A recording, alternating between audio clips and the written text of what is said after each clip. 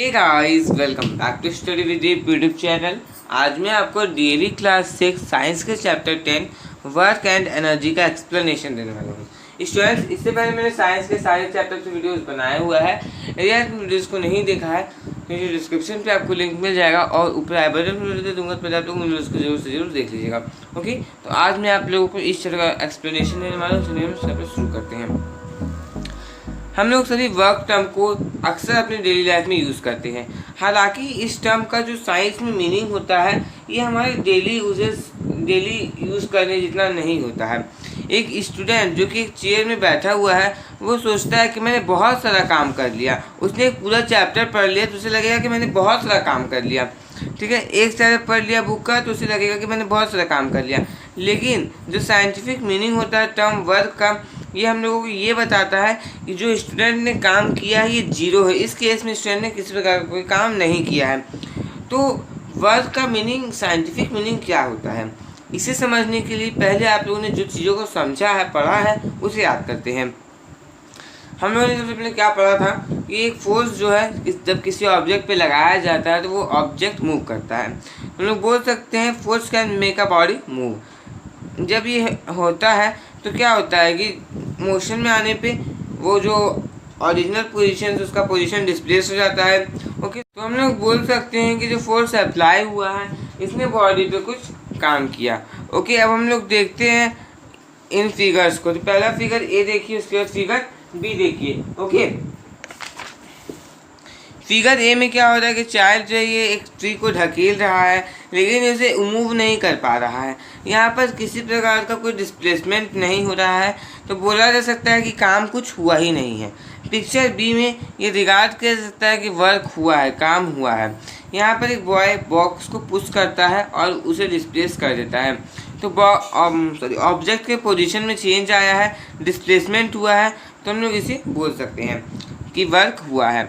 अब साइंस के वे में देखा जाए तो हम लोग बोल सकते हैं कि वर्क जो है किसी फोर्स का तब किया जाता है जब बॉडी में कुछ डिस्प्लेसमेंट आता है। ओके, उसी डायरेक्शन में कुछ डिस्प्लेसमेंट ला देता है जब वो फोर्स, तब बोल सकते हैं कि काम हुआ है। अब वर्क डन को जो फैक्टर्स अफेक्ट करते हैं वो हम लोग देखते हैं। अब ये रियलाइज़ करने के लिए ईजी है कि जो वर्क एक गिवन फोर्स को किया जाता है ये दो फैक्टर्स पे डिपेंड करता है। पहला कि कितना फोर्स अप्लाई किया गया, अमाउंट ऑफ फोर्स अप्लाइड, और दूसरा कि डिस्प्लेसमेंट कितना हुआ ऑब्जेक्ट का, ठीक है, जो कि अप्लाइड फोर्स के प्रोड्यूस किया गया। अब सपोज कीजिए कि हमारे पास दो कार्ड्स है, कार्ड ए है और एक कार्ड बी है। दोनों में 50 kg का मास है। ओके, अब एक सेम पुश अप्लाई किया जाता है कार्ड ए को डिस्प्लेस करने के लिए 1 किलोमीटर के डिस्टेंस तक। ओके, और फिर card B, identical card B को 2 किलोमीटर के डिस्टेंस तक मूव किया जाता है। तो हम लोग ये बोल सकते हैं कि कार्ड बी में जो काम हुआ है, कार्ड बी का जो काम है ये कार्ड ए से डबल है, 2 गुना है। ठीक है, ये बात तो है, लेकिन ये बात हम लोग बोल सकते हैं कि एक सेम पुश दोनों लोग अप्लाई कर रहे हैं, लेकिन क्या हो रहा है कि कार्ड बी जो ये ज़्यादा काम कर रहा है। ओके, ऐसा इसलिए क्योंकि जो डिस्टेंस कार्ड बी की तरफ ट्रैवल किया गया है ये कार्ड ए की तुलना में डबल है। कार्ड ए 1 किलोमीटर कर रहा है, कार्ड बी 2 किलोमीटर कर रहा है। डायरेक्शन ऑफ फोर्स जो है ये सेम ही है। ओके, देखिए हम लोग फिगर में भी देख पा रहे हैं, इसे 2 किलोमीटर किया जा रहा है, इसे 1 किलोमीटर किया जा रहा है। अब आप एक दूसरा केस कंसिडर कीजिए जहाँ पर हमारे पास कार्ड सी है और कार्ड डी है।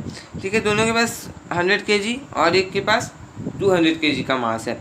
ओके, दोनों को 1 किलोमीटर के डिस्टेंस तक मूव किया गया। यहाँ पर कार्ड डी की तरह किया गया जो काम है ये कार्ड सी की तुलना में डबल है। ओके, क्योंकि जो अप्लाइड फोर्स है कार्ड डी पे ये कार्ड सी की तुलना में डबल है। ओके, तो ये क्लियर हो चुका है कि जो वर्क फोर्स के किया जाता है ये अप्लाइड फोर्स पे डिपेंड करता है और डिस्प्लेसमेंट पे डिपेंड करता है जो कि उसके ऑन डायरेक्शन में उसके साथ प्रोड्यूस किया गया। ओके, अब देखते हैं वर्क एंड एनर्जी। अब जब हम लोग अपने घर आते हैं, खेल के जब हम लोग अपने घर पहुंचते हैं तो हम लोग बहुत थका महसूस करते हैं। हम लोग किसी भी काम को नहीं करना चाहते। दूसरे वर्ष में कहा जाए तो हम लोगों को काम करने की क्षमता, कैपेसिटी जो होती है कुछ टाइम के लिए घट जाती है। जब हम लोग कुछ रिफ्रेशमेंट लेते हैं तो हम लोग एक्टिव फील करते हैं, एनर्जेटिक फील से हो जाते हैं। दूसरे वर्ष में बोला जाए तो हमारे काम करने का जो क्षमता है वो इंक्रीज हो जाता है। ओके, तो हम लोग बोल सकते हैं कि वर्क करने की जो क्षमता होती है उसमें एनर्जी बोल सकते हैं। ओके, तो अब क्या है कि energy is the capacity to do work. Energy जो है काम करने की क्षमता है। ये जो एनर्जी आर्म मसल्स में स्टोर होता है, जो कि एक प्लेयर को बॉल फेंकने के लिए इनेबल करता है। जो एनर्जी बैटरी में स्टोर होता है, ये रेडियो को इनेबल करता है म्यूजिक प्ले करने के लिए, टॉय कार को इनेबल करता है मूव करने के लिए। जो प्लेयर है ये एनर्जी का यूज़ करते हैं जो कि उनके मसल्स में स्टोर होते हैं। ओके, वहाँ पर जो रेडियोस होते हैं ये बैटरी में स्टोर एनर्जी को यूज़ करते हैं। अब हम लोग समझ गए हैं कि एनर्जी जो है ये डिफरेंट फॉर्म्स में अवेलेबल होता है, स्टोर होता है। तो हम लोग कुछ एनर्जी के फॉर्म्स के बारे में पढ़ते हैं। सबसे पहला फॉर्म्स ऑफ एनर्जी में आता है मैकेनिकल एनर्जी। यदि हम लोग एक स्टोन को किस हाइट से अर्थन पॉट पे ड्रॉप करेंगे, गिराएंगे, तो क्या होगा, जो अर्थन पॉट है टूट जाएगा। उसी प्रकार से जब हम लोग किसी हाइट से मतलब अपने सोल्जर के हाइट से एक हैमर को उठाएंगे, हथौड़े को उठाएंगे और एक प्लास्टिक शीट पर हम लोग उसे बीट करेंगे, तो क्या होगा, शीट जो है छोटे छोटे टुकड़ों में टूट जाएगा। तो यहाँ पर जो स्टोन और हैमर है इसे प्रोसेसिंग एनर्जी के रूप में रिगार्ड किया जाता है, किया जा सकता है उनकी रेस्ट हाइट के कारण। इस टाइप का जो एनर्जी होता है इसे पोटेंशियल एनर्जी कहा जाता है। ओके, हम लोग ये बोल सकते हैं कि जो एनर्जी इन ऑब्जेक्ट्स में स्टोर्ड है ये उनके पोजीशन और उनके कंडीशन के कारण है। अब फिगर में देखिए, फर्स्ट फिगर में प्लास्टिक शीट पे जब है उसे हैमर के साथ बीट किया गया, हिट किया गया, तो वो टूट चुका है। सेकेंड में फास्ट मूविंग बॉल जो है ये विंडो ग्लास को तोड़ दिया। फुटबॉल देखिए, एक ग्लास मार्बल को शूट किया गया कैटापल्ट के थ्रू, ये डैमेज को कॉज कर सकता है। ओके, अब हम लोग इस चीज़ को रियलाइज़ कर चुके हैं कि जो मूविंग ऑब्जेक्ट्स होते हैं ये भी एनर्जी पोस्ट करते हैं। ओके, फॉर एग्जांपल एक फास्ट मूविंग क्रिकेट बॉल या फिर कोई भी बॉल जो है ये विंडो के ग्लास पैन को तोड़ सकता है। ग्लास मार्बल यदि गुले से शॉट किया जाता है तो एक पर्सन को हर्ट कर सकता है। ओके, एक मूविंग बॉल जो है दूसरे बॉल को हिट करती है जो कि रेस्ट पे है, तो दूसरा बॉल भी जो है वो मोशन पे आ सकता है। ठीक है, फ्लोइंग वाटर जो है ये लॉग ऑफ वुड का जो बोल सकते हैं हम लोग टुकड़ा या फिर गट्ठा, इसे एक प्लेस से दूसरे प्लेस ले जाता है, उसे वहाँ पर मूव करवाता है। ओके, तो ये जो फॉर्म होता है एनर्जी का, ये ऑब्जेक्ट के कारण होता है, ऑब्जेक्ट में होता है उसके मोशन के कारण, इसे काइनेटिक एनर्जी कहा जाता है उस ऑब्जेक्ट का।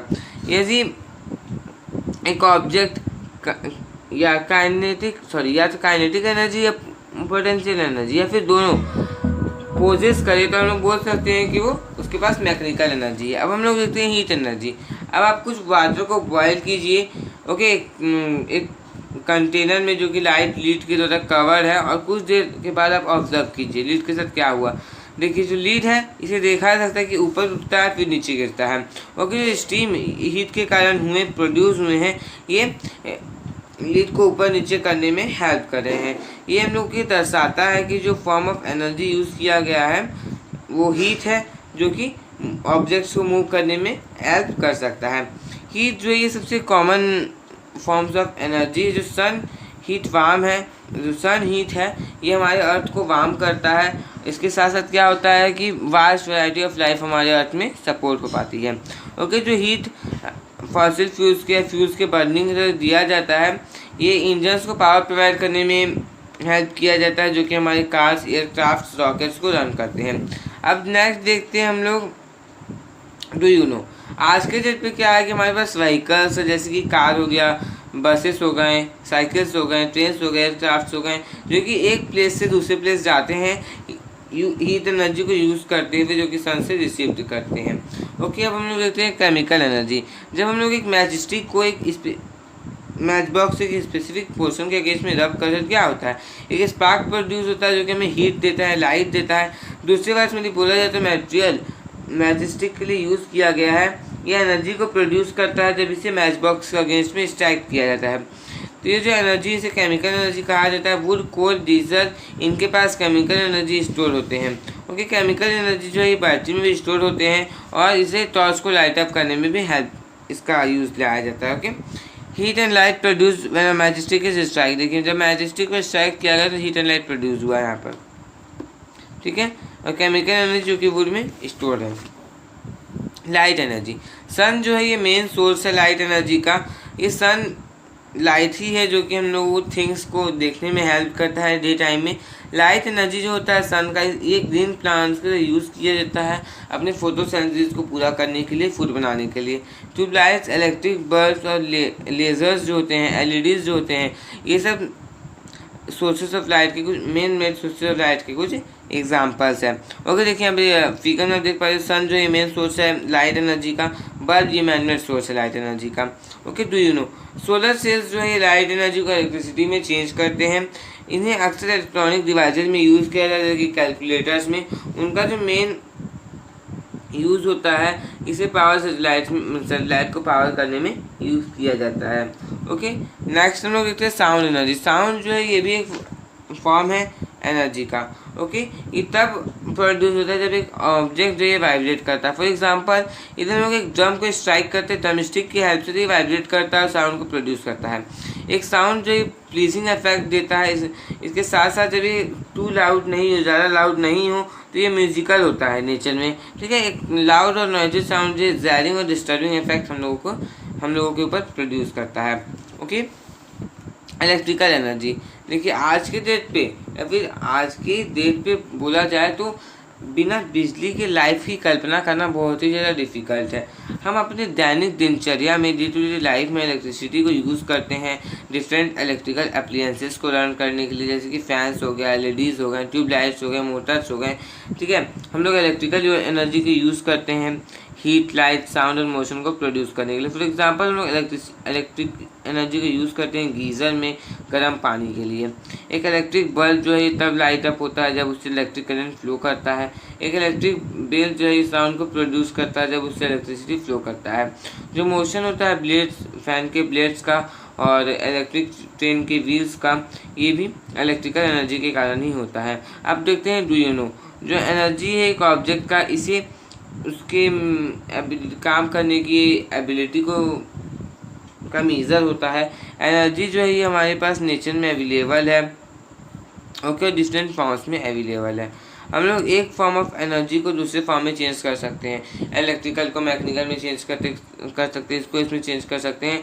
लेकिन ये है कि हम लोग ना कभी एनर्जी को क्रिएट कर सकते हैं, ना कभी उसको डिस्ट्रॉय कर सकते हैं, बस चेंज कर सकते हैं।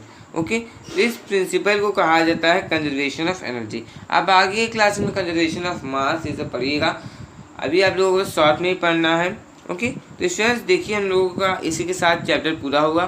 तो यदि आपको वीडियो अच्छा लगा स्टूडेंट्स लाइक कर दीजिए, और यदि आप मेरे चैनल पर नए हैं चैनल को सब्सक्राइब करके बेल आइकन को प्रेस कर लीजिए, क्योंकि एजुकेशनल वीडियोस आपको मेरे चैनल पे मिलती रहती है। और स्टूडेंट्स अभी तक आपने मेरे सेकंड चैनल को सब्सक्राइब नहीं किया तो डिस्क्रिप्शन पे लिंक है, आप लोग सेकंड चैनल को भी जरूर सब्सक्राइब कर लीजिएगा। ओके, और वीडियो कैसा लगा कमेंट बॉक्स में करके जरूर देगा, और प्रीवियस चैप्टर एनएसएसटी के वीडियोज़ को भी आप लोग जरूर देख लीजिएगा। Thanks for watching.